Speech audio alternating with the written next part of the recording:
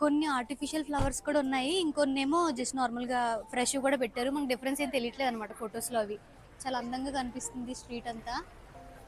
Flower festival చేస్తారన్నమాట. రకరకాల పువ్వులతో వాళ్ళ షాప్స్ ముందు చూసారంటే ఒక్కొక్కరు ఒక్కొక్క థీమ్‌తో మంచిగా చేస్తున్నారన్నమాట. భలే ఉంది చూడటానికి.